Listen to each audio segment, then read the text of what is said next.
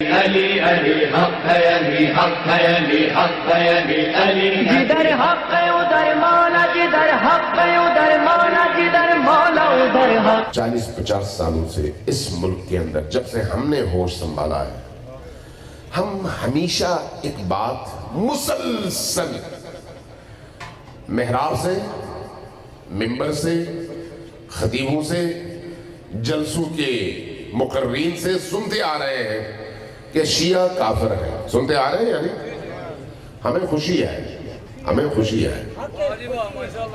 کیوں خوشی ہے؟ اس لیے کہ ہمیں یہ معلوم ہے کہ کافر کا مطلب کیا ہوتا ہے، بولنے والے کو معلوم نہیں ہے، ہمیں معلوم ہے۔ میں تھوڑا سا آگے بڑھتا ہوں۔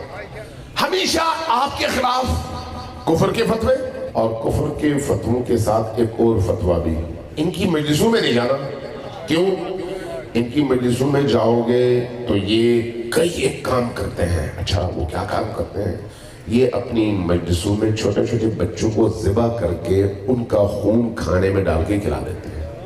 ہم نے بارہا سنا۔ یہ تبرک کے نام پہ، نیاز کے نام پہ کھانے میں تھوک ڈال کر کھلاتے ہیں۔ اچھا، یہ زلجنا کے منہ کا بچا ہوا عام مسلمانوں میں تقسیم کرتے ہیں اور گندا کھلاتے ہیں۔ اچھا، ان کے گھروں میں، ان کی عزاداریوں میں، ان کی مجالس میں نہ جانا ورنہ نکاح ٹوٹ جاتا ہے۔ اچھا، یہ جو ان کے پرچم ہیں، علم، ان کے قریب نہ جانا نکاح ٹوٹ جاتا ہے۔ اچھا، ان کے جلوسوں کی طرف دیکھنے سے نکاح ٹوٹ جاتا ہے۔ یہ جو سینہ کوبی کرتے ہیں، اس کو دیکھنے سے نکاح کو خطرہ پڑ جاتا ہے، اس کے قریب نہ جانا۔ اچھا، ان کے قرآن جو ہے وہ عجیب و غریب ہے۔ وہ کیسے ہیں بھئی؟ وہ 40 پارے ہیں اس کے، 40 پارے ہیں۔ ہاں 40 پارے ہیں۔ ان کا قرآن جو ہے وہ پردہ غیب میں ہے، ابھی ہمارے پاس ہے ہی نہیں۔ اچھا، میں چائنا گیا تھا تو وہاں پر تو یہاں تک پروپیگنڈا میں نے دیکھا۔ میں نے ان سے پوچھا، ہاں بھئی، ان سے مختلف موضوعات پہ بات ہوئی۔ کہنے کہ آپ پاکستان سے ہیں، پاکستان میں کیسے لوگ ہیں؟ میں نے کہا وہاں پر مسلمان ہیں، شیعہ بھی ہیں، سنی بھی ہیں۔ جیسے شیعہ کا نام سنا، ارے شیعہ بھی ہیں؟ میں نے کہا ہاں۔ تو کہا کہ ہم نے تو سنا ہے کہ ان کے لمبے لمبے کان ہوتے ہیں۔ اندازہ لگا۔ چائنا میں بھی، اور جانے والے یہاں کے مبلغ، یہاں سے گئے ہوئے مبلغین ماشاءاللہ دین کی خدمت کر رہے تھے۔ اب سوال یہ ہے کہ یہ سارے پروپیگنڈے گزشتہ 40 سالوں سے جاری و ساری تھے۔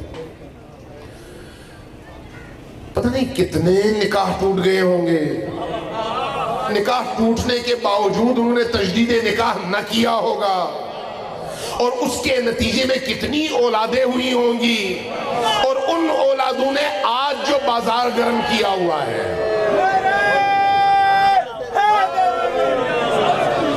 سوچنے والی بات آئی ہے، افسوسناک، افسوسناک۔ کیا دین اس کی اجازت دیتا ہے؟ قرآن اس کی اجازت دیتا ہے؟ لیکن ایسے ناسبی عناصر کو نہ قرآن کی پرواہ ہے نہ دین کی پرواہ ہے۔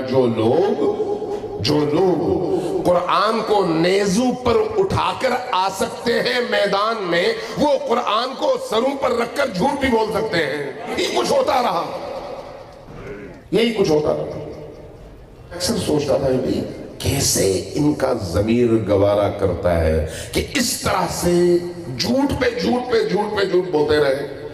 پھر جب میں نے تاریخ پڑھی تو سمجھ آ گئی کہ جہاں پر ضمیر نہ ہو وہاں پر گوارا کرنے والی بات بھی نہیں آئی۔ جب ضمیر ہی نہیں آئی، تاریخ کہتی ہے کہ رسول خدا نے جب توحید کی دعوت دی، مکہ میں آپ چند صحابیوں کے ساتھ تھے، تو ابو جہل تھا، ابو لہب تھا، ابو سفیان تھا ابتدائی اسلام میں۔ تو رسول خدا کے خلاف یہ جو گروہ تھا سرداران شرک کا، یہ جو بھی باہر سے آنے والا بندہ ہوتا اس سے کہتا اس کے قریب نہ جانا، وہ جادوگر ہے۔ کیوں قریب نہ جانا؟ اس لیے تم جاؤ گے تو وہ ایسی باتیں کرے گا جس سے تمہارا ذہن متاثر ہوگا اور تم اس کے جادو میں آ جاؤ گے۔ ہم تمہیں بچانا چاہتے ہیں، تو میں کیا کروں؟ اپنے کانوں میں روئی ٹھوس لو۔ روئی ٹھوسو گے تو اس کی بات نہیں سنو گے، جب بات نہیں سنو گے تو بچ جاؤ گے۔ بہت سارے صحابہ ایسے ہیں جنہوں نے کانوں میں روئی ٹھوسی، لیکن بعد میں سوچا کہ مجھ میں سمجھ بوجھ ہے، مجھے عقل ہے، میں کان میں روئی ٹھوس کر کیوں جا رہا ہوں؟ میں نکال لیتا ہوں، سنتا ہوں، اگر کوئی بات غلط ہے تو میں سمجھ جاؤں گا غلط ہے، صحیح ہے تو پھر کہہ دوں گا صحیح ہے۔ اور جس نے نبی کی صحبت اختیار کی، کانوں سے روئیاں نکال کر اختیار کی، ڈال کر نہیں۔ جو بھی صحابی بننے کی سعادت پا سکا، اس نے کانوں میں روئیاں نہیں ڈالی، نکالی تو تب وہ صحابی بن سکا۔ آج بھی وہی پروپیگنڈا مشرکین قریش والا، سننا نہیں، ملنا نہیں، دیکھنا نہیں، جانا نہیں، کھانا نہیں، سبیل پینا نہیں، ہر چیز نہیں، بالکل کٹا ہو جاؤ۔ کیوں؟ کہیں ایسا نہ ہو کہ تم بھی گمراہ ہو جاؤ۔ اگر یہی گمراہی ہے تو اللہ کرے یہ گمراہی ہر روز بڑھتی جائے اور ہم اس کو اپنے سینے سے لگاتے چلے جائیں۔ ہم کیا کہتے ہیں؟ ہم کہتے ہیں کہ تمام مسلمانوں کے درمیان کچھ مشترکات ہیں جو بہت وسیع پیمانے پر ہیں، کچھ اختلافات ہیں جو فروعات میں ہیں۔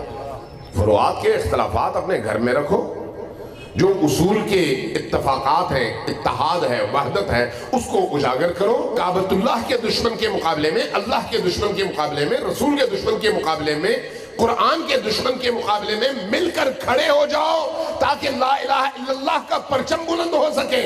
ملک کو بچاؤ تاکہ اسلام کا بول بالا ہو سکے۔ اختلاف نہ ڈالو، جھوٹے پروپیگنڈے نہ کرو، لوگوں کے جذبات سے نہ کھیلو، لوگوں کو مذہب کا چہرہ دکھا کر شیطانی مکروہ عزائم پورے نہ کرو، اسلام کی تعلیمات کو چند ٹکوں کی خاطر بیچ کر اپنا پیٹ جہنم سے نہ بھرو۔